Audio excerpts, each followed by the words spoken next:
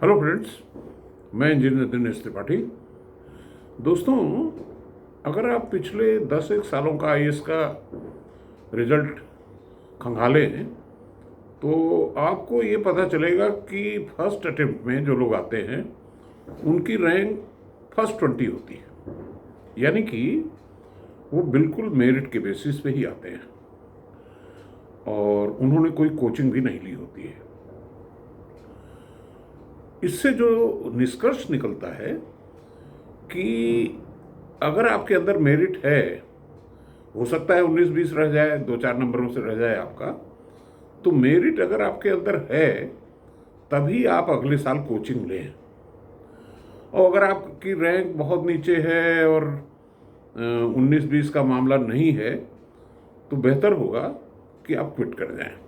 दोस्तों, मैं एक दो एग्जाम्पल आपको देता हूँ। जैसे मेरा ही एग्जाम्पल, मैंने फर्स्ट अटेम्प्ट में जो एंट्रेंस दिया रुड़की का, तो मैं थोड़ा सा रह गया 2-4 नंबरों से।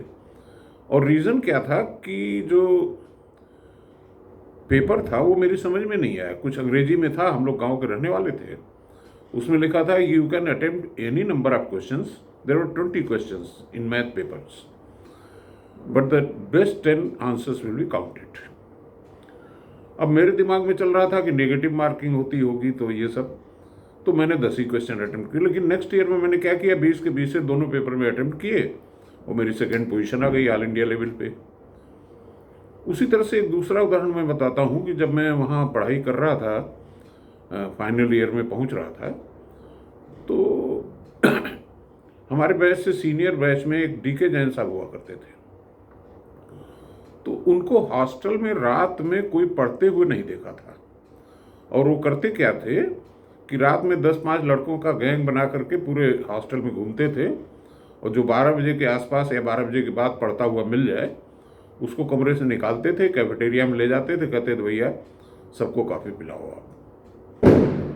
तो और वो जो है पहले ही अटेम्प्ट में समवेयर अराउंड 75 और 74 he got IFS, Indian Foreign Service, in the very first attempt.